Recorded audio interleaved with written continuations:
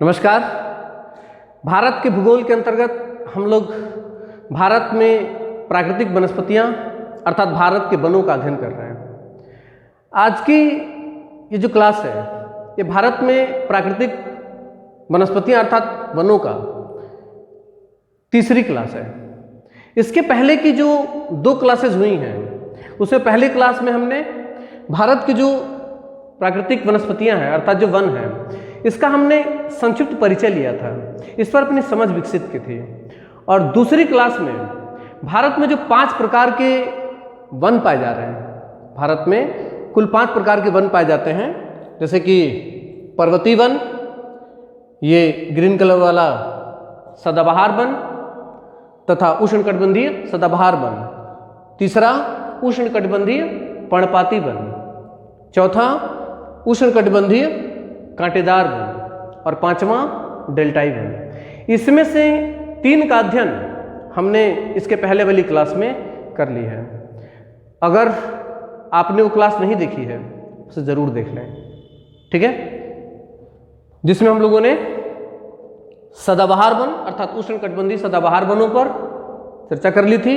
इसके अलावा भारत में जो ये बीच का क्षेत्र है, जो सबसे बड़ा क्षेत्र है, उष्णकटिबंधीय पर्णपाती वन जिसे पतझड़ वन कहा जाता है, इस पर हम लोगों ने चर्चा कर ली थी। इसके अलावा जो भारत में कम वर्षा वाले क्षेत्र हैं अर्थात राजस्थान अर्थात पश्चिमोत्तर भारत, ये वाला क्षेत्र जहाँ पर कटीले वन पाए जाते हैं, तो कटीले वनों पर हम लोगों ने इसके पहले वाली क्लास में चर्चा कर ली थी, जिसमें ये वृष्टि छाया प्रदेश के अंतर्गत आने वाले जो वन हैं ये भी उसी में शामिल थे, ठीक है ना। आज की क्लास में हम लोग मुख्यतः जो 2 बचे हुए हैं अर्थात पर्वतीय वन और इसके अलावा जो भारत में डेल्टाई वन है, इसमें हम बना नहीं पाए हैं, अभी जब इसको हम लोग पढ़ेंगे उसी समय इसको देख लिया जाएगा कि वो कहाँ पर बन रहे हैं। तो डेल्टाई वन और इसके अलावा जो पर्वतीय वन है इसका अध्ययन हम लोग इस क्लास में करने वाले हैं, ठीक है ना। आइए प्रारंभ करते हैं पहले पर्वतीय वनों से। भारत में जो पर्वतीय वन है, भारत में जो पर्वतीय वन है इसे मुख्यतः 2 वर्गों में बांटा जा सकता है, क्योंकि भारत में जो पर्वत है वो 2 क्षेत्रों में पाया जाता है। एक तो उत्तरी भारत का तात्पर्य है कि लद्दाख, कश्मीर, यहाँ पर हिमाचल प्रदेश, उत्तराखंड, ये जो 4 राज्य हैं, ठीक है ना, ये हिमालय के अंतर्गत आते हैं। इसके अलावा सिक्किम, यहाँ पर है सिक्किम, और इसके अलावा अरुणाचल प्रदेश, ये जो क्षेत्र है ये हिमालय के पर्वतीय क्षेत्र हैं। तो भारत के पर्वतीय वनों को 2 वर्गों में जो हम बांट रहे हैं उसमें पहला है हिमालय के पर्वतीय वन जो हिमालय पर विकसित हो रहे हैं, ठीक है ना, और दूसरा भारत में पर्वत जो है वह सह्याद्री पर भी पाए जाते हैं। सह्याद्री भी दक्षिण भारत में भी पर्वत पाए जाते हैं अर्थात सह्याद्री, मुख्यतः सह्याद्री में जो अन्नामलाई की श्रृंखला है, अन्नामलाई की जो श्रेणी है, इसके अलावा नीलगिरी की जो श्रेणी है, ठीक है ना। लेकिन हिमालय के जो पर्वतीय वन हैं इन पर्वतों में, इन पर्वत के वनों में और जो सह्याद्री के अर्थात प्रायद्वीपीय भारत के जो पर्वत हैं इन पर्वतों में ऊंचाई का अंतर होता है और पर्वतीय वन ऊंचाई का अनुसरण करते हैं, ठीक है ना। इसके पहले के जो वन हम लोगों ने पढ़े हैं तीनों, ठीक है ना, जो इसके पहले की क्लास में है वो वर्षा का अनुसरण करते हैं, भारत में जलवायु का अनुसरण करते हैं, अर्थात वर्षा जिस स्थान पर सबसे ज्यादा होगा या कम होगा या नहीं होगा उसके आधार पर वहां की वनस्पतियां खुद को विकसित कर रही हैं। लेकिन पर्वतीय वन जो होते हैं वो ऊंचाई का अनुसरण करते हैं। मैंने यहाँ पर हिमालय का क्षेत्र बनाया है, हिमालय का क्षेत्र बनाया है, इसी के आधार पर हम लोग इसको पढ़ेंगे, ठीक है ना। अर्थात पर्वतीय वन ऊंचाई का अनुसरण करते हैं, प्रत्येक बात इसी तरीके से जैसे हम बोलते जा रहे हैं उसी तरीके से आप लोग लिखते जाएंगे। पुनः हिमालय के जो पर्वतीय वन हैं इनको दोबारा 4 वर्गों में बांटा जा सकता है, अध्ययन की दृष्टि से इन्हें 4 वर्गों में बांटा जा सकता है, क्योंकि सतह से हम जैसे जैसे ऊपर की तरफ उठते हैं, आप इसे यहाँ पर देखेंगे, सतह से जैसे जैसे हम ऊपर की तरफ उठते हैं तापमान में कमी आती है, सतह से जैसे जैसे हम ऊपर की तरफ उठते हैं तापमान में कमी आती है, जिसे क्षोभ मंडल में ह्रास दर कहा जाता है। पृथ्वी की सतह से ऊपर 14 किलोमीटर ऊपर, 14 से 18 किलोमीटर ऊपर जो है क्षोभ मंडल कहलाता है। इस क्षोभ मंडल में जैसे जैसे हम ऊपर की तरफ उठते हैं तापमान में कमी आती है, और कितनी कमी आती है? 6.5 डिग्री सेल्सियस की कमी आ जाती है प्रति 1 किलोमीटर पर। प्रति 1 किलोमीटर पर तापमान में 6.5 डिग्री सेल्सियस की कमी आती है। ये क्षोभ मंडल में तापमान का ह्रास दर है। आप इसी तरीके से इसको लिख लीजिएगा, क्षोभ मंडल में तापमान का ह्रास दर, क्षोभ मंडल में तापमान का ह्रास दर जो है वो कितना है, 6.5 डिग्री सेल्सियस पर किलोमीटर, अर्थात 1 किलोमीटर की ऊंचाई पर जैसे आप जाएंगे तापमान में 6.5 डिग्री सेल्सियस की कमी आ जाएगी। ठीक है ना, ये तापमान ह्रास दर है क्षोभ मंडल का। तो इस वजह से जैसे जैसे हम पर्वतीय क्षेत्रों में ऊपर की तरफ बढ़ते हैं तो ऊंचाई काफ़ी तेजी से बढ़ती है, इसलिए बहुत कम दूरी पर ही यहाँ पर वनस्पतियों में अंतर पाया जाता है। वनस्पतियों की जो विशेषताएं होती हैं उनमें अंतर मुख्यतः यहाँ पर बन जाता है पर्वतीय क्षेत्रों में। ये हमने जो बनाया है ये हिमालय की जो ढलान है, हिमालय की जो ऊंचाई है उसके आधार पर हमने इसको बांटने की कोशिश की है। और हिमालय के जो पर्वतीय वन हैं उनको मुख्यतः 4 वर्गों में ऊंचाई के आधार पर बांटा जा सकता है। ऊंचाई के आधार पर इन्हें 4 वर्गों में बांटा जा सकता है। यहाँ पर लिखा होगा सदाबहार अर्थात पतझड़ वन, सदाबहार और पतझड़ वन। दूसरा शीतोष्ण वन, तीसरे को कहते हैं कोणधारी वन, और चौथा है टुंड्रा या अल्पाइन वन। ठीक है ना, आइए प्रारंभ करते हैं पर्वतीय वन। हिमालय का ये जो निचला हिस्सा है, आप देख पा रहे होंगे ये हिमालय है, और हिमालय का ये जो निचला हिस्सा है जिसे शिवालिक कहा जाता है, और शिवालिक के नीचे शिवालिक और शिवालिक से नीचे तराई बेल्ट होता है। तो तराई बेल्ट और शिवालिक के बीच वाला जो क्षेत्र है इसमें मुख्यतः हिमाचल प्रदेश उत्तराखंड सिक्किम का ये जो, जैसे हिमाचल प्रदेश का ये निचला हिस्सा, इसके अलावा उत्तराखंड का ये निचला हिस्सा, इसके अलावा सिक्किम का ये निचला हिस्सा, और ये अरुणाचल प्रदेश का ये जो निचला हिस्सा है, इन क्षेत्रों में जो तराई बेल्ट से लगे हुए हैं, तराई क्षेत्र से लगे हुए हैं। भारत में मैदान आप लोग पढ़िएगा, मैंने करा दिया है, उसमें हमने तराई बेल्ट पर बात की है। ठीक है ना, तो तराई क्षेत्र जो है इसमें किन किन राज्यों में, हिमाचल प्रदेश, उत्तराखंड, सिक्किम और अरुणाचल प्रदेश में इन वनों का विकास होता है, अर्थात सदाबहार और पतझड़ वनों का विकास होता है। सदाबहार और पतझड़ वन, जैसे सदाबहार मैंने बताया कि हिमालय का जो तराई बेल्ट है इस क्षेत्र में सदाबहार वनों का विकास होता है। जैसे कि जब दक्षिण पश्चिम मानसून की बंगाल की खाड़ी शाखा उत्तर भारत के मैदान में प्रवेश करती है, तो ये कोरियालिस बल के प्रभाव के कारण ऊपर उठने का प्रयास करती है, जो जाके शिवालिक से टकराती है और पर्वतीय ढाल के साथ जैसे एडियाबेटिक ताप हास कहा जाता है, उसकी वजह से इन क्षेत्रों में अर्थात शिवालिक के जो गिरपत प्रदेश हैं, शिवालिक के जो निचला हिस्सा है उसमें ये बारिश कर देती है। इसी वजह से शिवालिक वाले क्षेत्र में, शिवालिक के निचले हिस्से में सदाबहार वनों का विकास हो जाता है। ठीक है ना, तो सदाबहार वन हिमालय के क्षेत्रों में कहाँ कहाँ पाए जा रहे हैं, हिमाचल प्रदेश लिख लेंगे कि पर्वतीय वनों को भारत में 4 वर्गों में बांटा गया है, हिमालय के पर्वतीय वन। इसी तरीके से यहाँ तक आप लोग सब कुछ इसी तरीके से लिख लीजिएगा। ठीक है ना, अब हेडिंग डाल देंगे सदाबहार तथा पतझड़ वन।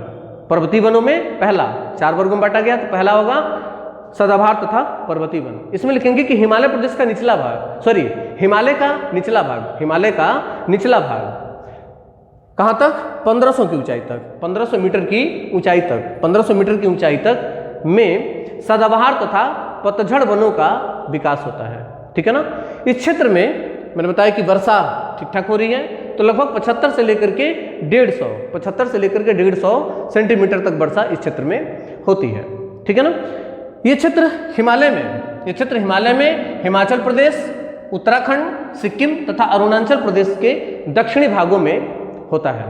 ठीक है ना, और इसके जो वृक्ष हैं और इसके वृक्ष की विशेषताएं हैं वो कौन सी होंगी, सदाबहार वनों वाली और पतझड़ वनों वाली। जैसे कि ये यहाँ पर पतझड़ वन पाए जा रहे हैं, मैंने पतझड़ वन भी करा दिया और सदाबहार वन भी करा दिया है। तो मुख्यतः इन क्षेत्रों में इसी प्रकार के वृक्ष पाए जाते हैं, अर्थात हिमालय की 1500 की ऊंचाई तक सदाबहार वन तथा पतझड़ वन ही पाया जाता है। ठीक है ना, तो सदाबहार वन और पतझड़ वन इसके पहले वाली क्लास में हमने करा दिया, उसके जो वृक्ष है उसकी विशेषताएं जो है वो आप वहां पर देख सकते हैं।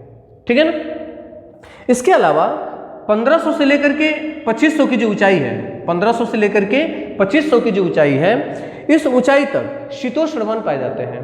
इस ऊंचाई तक शीतोष्ण वन पाए जाते हैं। मैंने ये कहा था इसके पहले कि जब हम लोग इसके पहले जलवायु की क्लास पढ़ रहे थे, तो जलवायु में मैंने ये बताया था कि ऊंचाई के साथ साथ जैसे हम जैसे जैसे ऊपर की तरफ बढ़ते हैं तापमान में कमी आती है, और जिस तापमान में हम होते हैं, ठीक है ना, अर्थात भारत में जो सूर्य का प्रकाश पृथ्वी पर पड़ रहा है उस आधार पर 4 कटिबंधों में पृथ्वी को बांटा गया है। उष्ण कटिबंध, उपोष्ण कटिबंध, शीतोष्ण कटिबंध और ध्रुवीय कटिबंध। इस तरीके से 4 वर्गों में बांटा गया है। किस आधार पर? तापमान के आधार पर, ठीक है ना।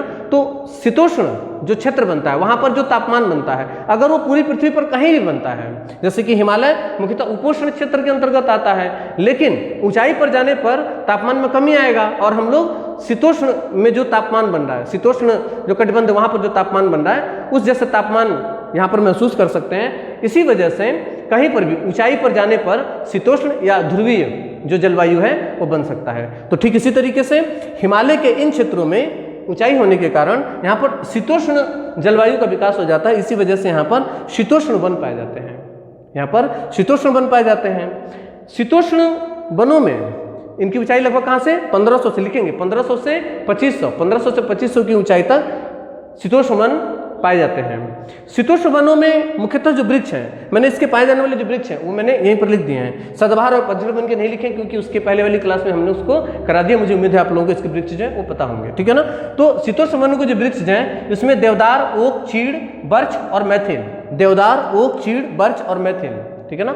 ये जो वनस्पतियां हैं, ये जो वृक्ष हैं, ये मुख्यतः शीतोष्ण वनों में पाए जाते हैं। इसमें जो देवदार है, देवदार ये हिमाचल प्रदेश और उत्तराखंड, हिमाचल प्रदेश और उत्तराखंड के प्रमुख वृक्षों के अंतर्गत आता है। चीड़ यहाँ पर बहुत उपयोगी वृक्ष होता है, बिल्कुल गीला हो आप जला दीजिए। थिनर या पेंट में इसका उपयोग किया जाता है, पेंट में इसके तेल का उपयोग किया जाता है, ज्वलनशील होता है ये, ठीक है ना।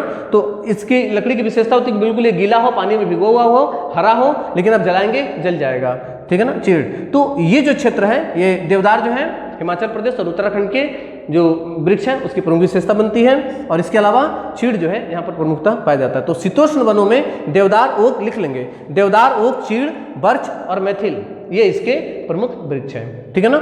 इसके बाद 2500 से लेकर के और 4500, 2500 से लेकर के 4500 तक का जो क्षेत्र होता है हिमालय का, इसमें कोणधारी वन पाए जाते हैं, कोणधारी वन पाए जाते हैं, क्योंकि ये बर्फ वाला क्षेत्र हो जाता है, ठीक है ना। मैंने बताया था कि 4500 की ऊंचाई पर जाते जाते क्या हो जाता है, जो तापमान होता है वो 0 पर आ जाता है, तो इसलिए बर्फीला क्षेत्र हो जाता है, ठीक है ना।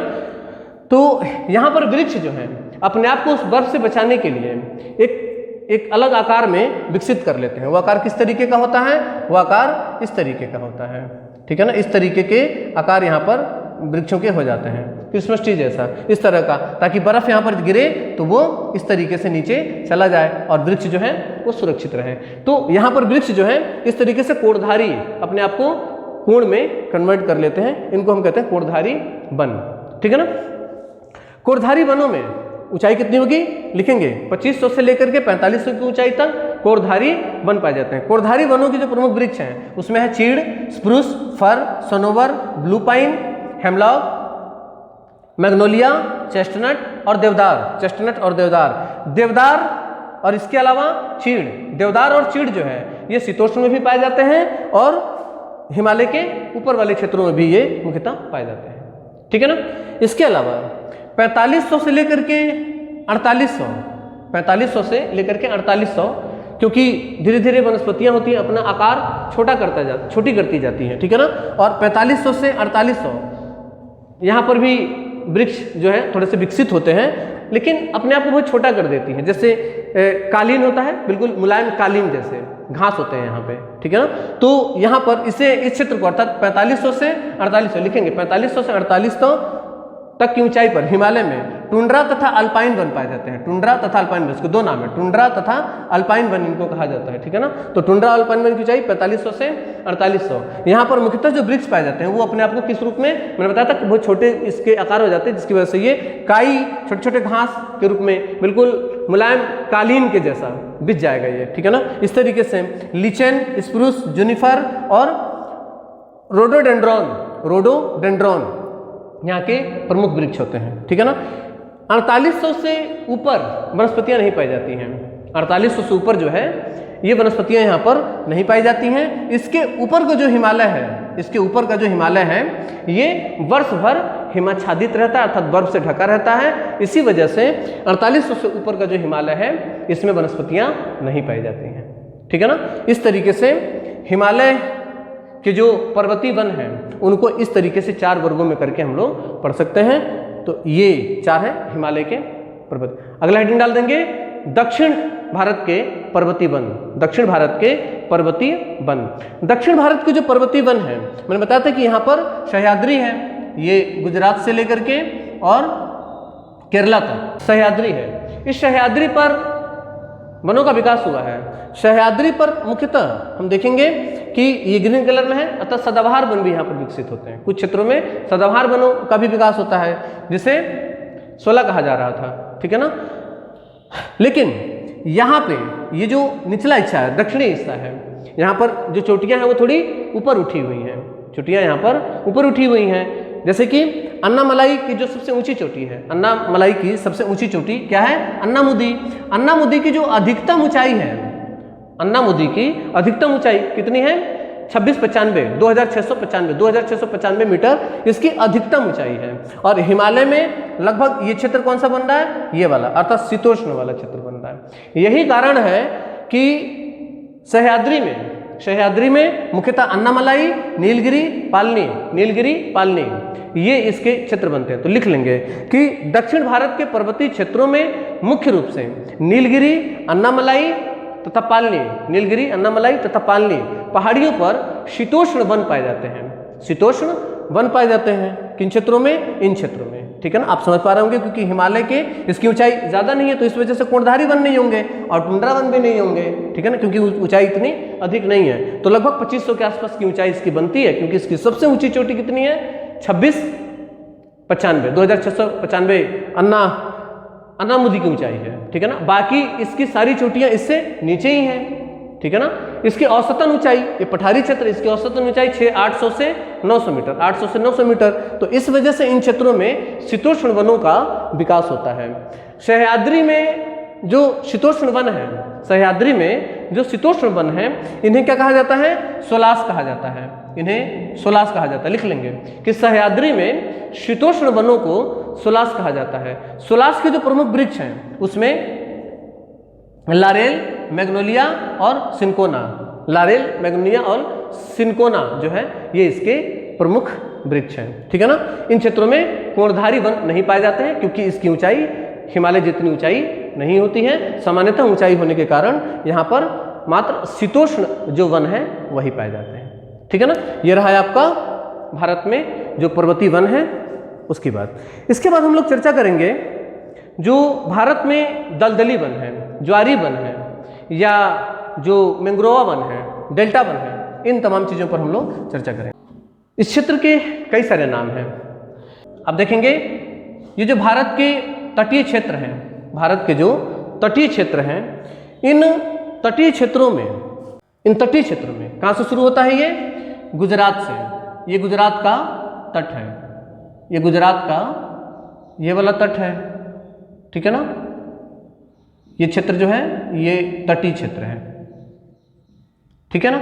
इसके अलावा यहाँ से गंगा आ रही है, यहाँ से गंगा, तो गंगा नदी का मुहाना यहाँ बन रहा है, और ये हुगली नदी, यह है हुगली नदी। ठीक है ना। तो और इधर से ब्रह्मपुत्र आकर के इसमें मिलती है। और इस तरीके से यहाँ पर विश्व का सबसे बड़ा डेल्टा, और वो कौन सा है? सुंदरवन डेल्टा का यहाँ पर निर्माण होता है। किस नदी द्वारा?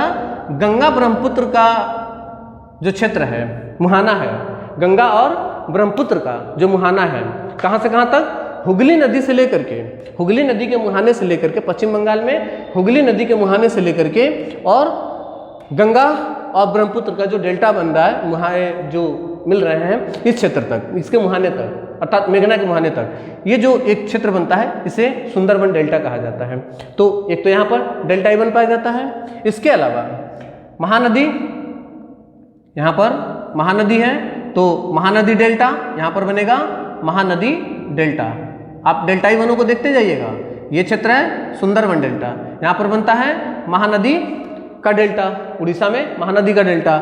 इसके अलावा ये जो क्षेत्र है, ठीक है ना, आंध्र प्रदेश में, ये विजयवाड़ा और यहाँ पर राजमुंद्री। तो विजयवाड़ा और राजमुंद्री यहाँ पर आकर के ये नदी मिलती है गोदावरी, और एक नदी कृष्णा, गोदावरी और कृष्णा नदियाँ, दो नदियाँ यहाँ पर आकर के मिलती हैं। तो एक डेल्टा बनता है आपका यहाँ पे, ठीक है ना, एक डेल्टा आपका यहाँ पे, ठीक है ना। तो एक डेल्टाई क्षेत्र ये हो गया, अर्थात सुंदरवन डेल्टा, महानदी का डेल्टा, ठीक है ना, कृष्णा और गोदावरी और कृष्णा का डेल्टा। इसके अलावा कावेरी नदी अपना डेल्टा यहाँ बनाती है, ठीक है ना। तो कावेरी की नदी का डेल्टा, ये जो प्रमुख डेल्टाई क्षेत्र हैं, ये जो डेल्टाई क्षेत्र हैं, इन डेल्टाई क्षेत्रों में कुछ वनों का विकास होता है, इनकी कुछ अलग अलग विशेषताएं होती हैं। उन सभी चीज़ों पर हम लोग धीरे धीरे चर्चा करेंगे, ठीक है ना। पहले इसके नाम पर चर्चा कर लेते हैं। अर्थात सबसे पहले हमने देखा डेल्टाई वन,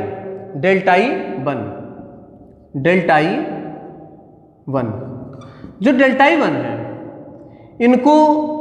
इनकी और क्या क्या विशेषताएं हो सकती हैं। डेल्टाई वनों में अर्थात आप देखेंगे कि यहाँ पर समुद्र की विशेषता होती है कि उसमें ज्वार आता है, ठीक है ना। तो डेल्टाई वनों में एक विशेष प्रकार के वनों का विकास होगा, लेकिन इस डेल्टा में समुद्र का जो जल है, अर्थात ज्वारी जो जल है, वो जरूरी नहीं कि बिल्कुल अंदर तक चला जाए, ठीक है ना। अर्थात जैसे सुंदरवन है, तो सुंदरवन में जो ज्वार जाएगा वो पूरे अंदर तक नहीं जाएगा, इसके दक्षिणी हिस्से में ही, अर्थात जैसे कि यहाँ तक, ठीक है ना, इस क्षेत्र में ही ज्वार का जो जल है वो जाएगा, ठीक है ना। तो यहाँ पे एक अलग प्रकार के वृक्षों का विकास होता है, अलग प्रकार के वृक्षों का विकास होता है, मुख्यतः मैंग्रोवा का, यहाँ पे मैंग्रोवा का विकास होता है।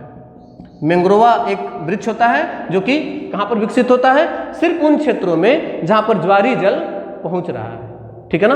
तो यहाँ पर मैंग्रोवा नामक वृक्ष की विशेषता है, बहुलता होती है, जिस वजह से सुंदरवन डेल्टा का ये जो हिस्सा है नीचे वाला, इसको हम मैंग्रोव वन कहेंगे, मैंग्रोव वन कहा जाएगा। तो डेल्टाई वनों को ही हम क्या बोल सकते हैं, मैंग्रोव वन कह सकते हैं, इसको बोला जा सकता है मैंग्रोव वन, ठीक है ना। डेल्टाई वनों को मैंग्रोव वन कहा जाता है। डेल्टाई वनों को चूंकि इसमें ज्वार का जल जा रहा है, तो इसी को हम एक और नाम से जान सकते हैं, ज्वारीय वन, इसको एक और नाम से जाना जा सकता है, ज्वारीय वन, ठीक है ना। इसके अलावा जो डेल्टाई क्षेत्र होता है, ये नदियों के द्वारा लाए गए अवसादों से बना हुआ होता है, और इसमें जल अवशोषित करने की क्षमता बहुत ज़्यादा होती है। इस वजह से क्षेत्र जो है दलदली हो जाता है, ये क्षेत्र जो है वो दलदली हो जाता है। तो इसी वजह से इसको हम दलदली वन भी कहेंगे, दलदली वन भी कहेंगे। ये जो चारों नाम हैं, डेल्टाई वन, मैंग्रोव वन, ज्वारी वन और दलदली वन, बहुत ध्यानपूर्वक इस चीज़ को समझने की कोशिश करिएगा।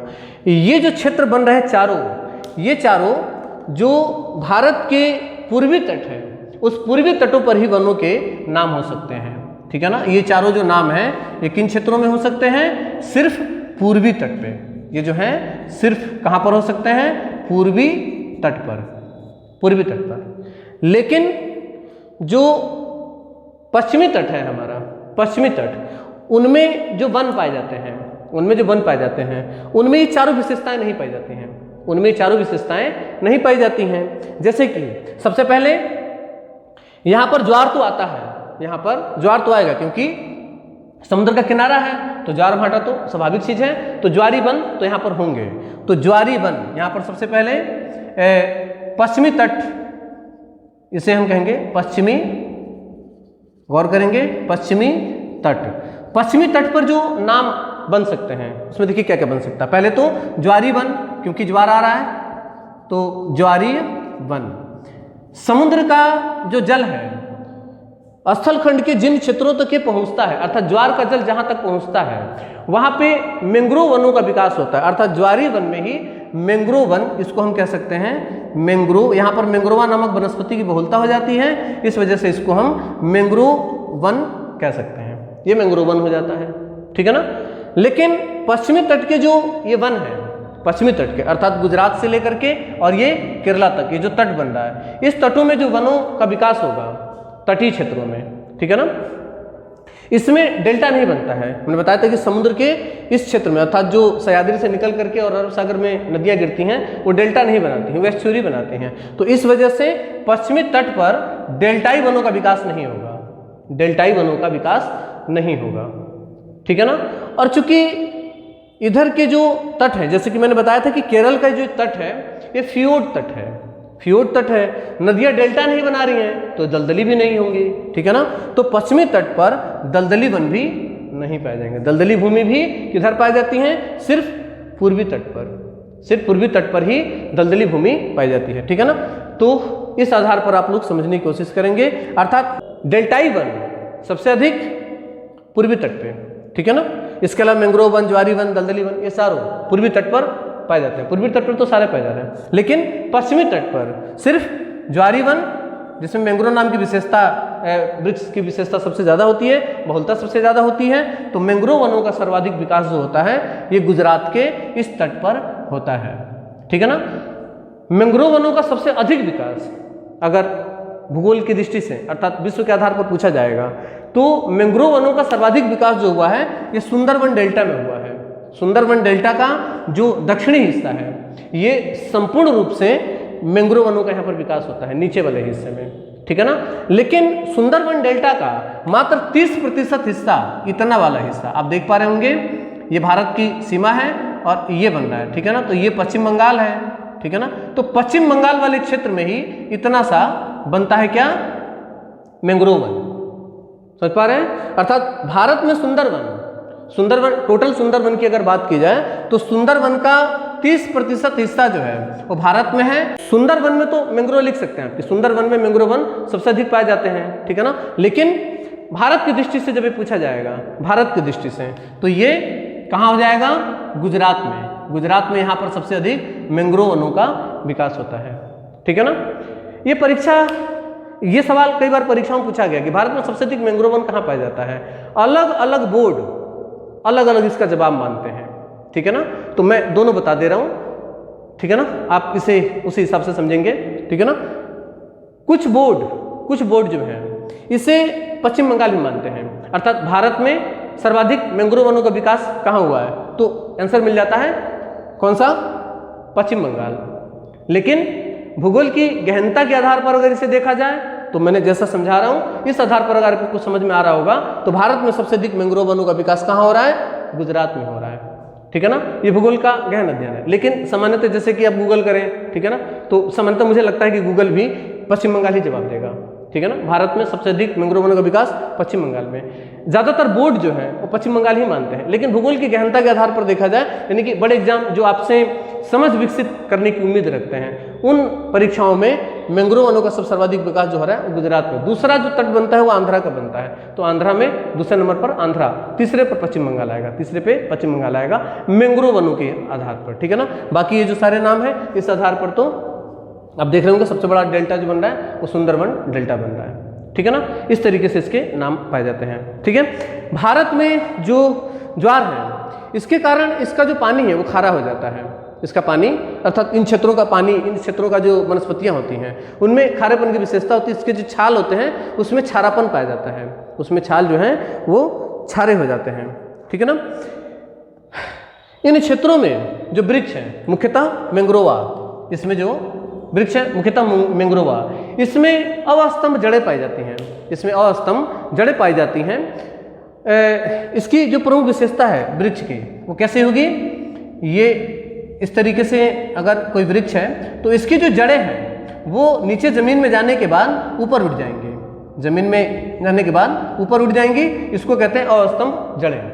लिख लीजिएगा कि मैंग्रोव वन की प्रमुख विशेषता है कि इसमें इसके वृक्षों में अस्तंभ जड़ें पाई जाती हैं। अस्तंभ जड़ों का मतलब है कि इसके वृक्ष की जो जड़ें हैं ये पहले जमीन में जाएंगी और उसके बाद ये ऊपर उठ जाएंगी। वृक्ष की विशेषता होती है कि हमारा प्रकाश की तरफ आकर्षित होता है, प्रकाश की तरफ आकर्षित होता है। पर्यावरण जब हम लोग पढ़ेंगे उसमें इसको हम लोग विस्तृत तरीके से पढ़ेंगे, तो यही कारण होता है कि इसकी जो जड़ें हैं वो ऊपर उठने का प्रयास करती हैं, ठीक है ना, जिसे अस्तंभ जड़ें कही जाती हैं, ठीक है ना। इस तरीके से यहाँ पर पाया जाता है। इस वजह से अस्तंभ जड़ें जो इसमें बन रही है किन क्षेत्रों में? मैंग्रोव क्षेत्रों में। तो ये समुद्री जीवों के लिए जो छोटे समुद्री जीव हैं उनके लिए भोजन का और उनकी सुरक्षा के लिए सबसे उचित वातावरण यहाँ पर बन जाता है। इसीलिए समुद्री जो जीव हैं, जो छोटे जीव हैं, वो आकर के इन मैंग्रोव क्षेत्रों में अंडे देते हैं और वहाँ पर वो सुरक्षित महसूस करते हैं, ठीक है ना। तो इन क्षेत्र उनके लिए सबसे बेहतरीन होता है। बंगाल टाइगर जो होता है, मछली खाता है, वो मुख्यतः इसी क्षेत्र में अर्थात मैंग्रोव क्षेत्र में, मुख्यतः भारत सुंदरबन डेल्टा के मैंग्रोव क्षेत्रों में ही वो मुख्यतः पाया जाता है, ठीक है ना। जब नदियां हम पढ़ा रहे थे वहां पर भी हम इन सब चीज़ों पर चर्चा किए थे, ठीक है ना। इसके अलावा मैंने बताया कि इस के जो वृक्ष होते हैं उसमें उसकी जो छाल है उसमें क्षारापन पाया जाता है, ठीक है ना। इसके अलावा मैंने इसके क्षेत्र बताए कहाँ कहाँ, गंगा और ब्रह्मपुत्र का जो डेल्टा है, हुगली नदी से लेकर के पश्चिम बंगाल में हुगली नदी के मुहाने से लेकर के और मेघना नदी के मुहाने तक ये क्षेत्र बनता है। महानदी डेल्टा लिखते जाएंगे क्षेत्र में, भारत में डेल्टाई वन के क्षेत्र, तो महानदी डेल्टा, उसके बाद गोदावरी तथा कृष्णा डेल्टा, कावेरी डेल्टा, ठीक है ना, तथा पश्चिमी तट, इन क्षेत्रों में डेल्टाई वन अर्थात मैंग्रोव वन पाए जाते हैं, ठीक है ना। इसके अलावा अगर हम देखें इसके जो वृक्ष हैं, यहाँ पे मैंने लिखे होंगे डेल्टाई तत्व जारी वनों के जो प्रमुख वृक्ष हैं उसमें कौन कौन से हैं, मैंग्रोवा दिख रहे होंगे, मैंग्रोवा, ठीक है ना, मैंग्रोवा, सुंदरी। इसी सुंदरी नाम के वृक्ष की बहुलता सबसे ज्यादा कहाँ पर है, सुंदरबन डेल्टा में, इसी वजह से इसका नाम सुंदरबन डेल्टा भी रखा गया है। तो सुंदरी, इसके अलावा नारियल, बेत, क्रू, इसके अलावा कैसुरीना और फानिक्स, इसके जो वृक्ष हैं ये प्रमुख रूप से इसके वृक्ष यहाँ पर विकसित होते हैं, ठीक है। ये जो चैप्टर है भारत में प्राकृतिक वनस्पतियाँ, इसमें एक छोटा सा जो पॉइंट है वो यहाँ पर रह गया है, ठीक है ना। नए आंकड़े जैसे आते हैं इसको कराया जाएगा, अर्थात भारत में राज्यवार जो है वो वनों के बारे में पूछा जाता है कि किस राज्य में कितने वन पाए जाते हैं, ठीक है ना। तो इसे वनों के जो सांख्यिकी आंकड़े हैं वो आते हैं, ठीक है ना। तो कभी आगे स्टैटिक जीएस में या फिर आर्थिक भूगोल जब हम लोग पढ़ेंगे उसमें उसको शामिल कर लेंगे। भारत में प्राकृतिक वनस्पतियां अर्थात वन हम लोग यहीं पे समाप्त कर रहे हैं। कल से या इसके बाद से हम लोग भारत की मिट्टियां, इसके अलावा आर्थिक भूगोल में हम लोग प्रवेश करेंगे जिसमें खनिज वगैरह प्रमुखता पढ़ा जाता है, ठीक है ना। तो मिलते हैं अगली क्लास में, तब तक के लिए धन्यवाद, जय हिंद।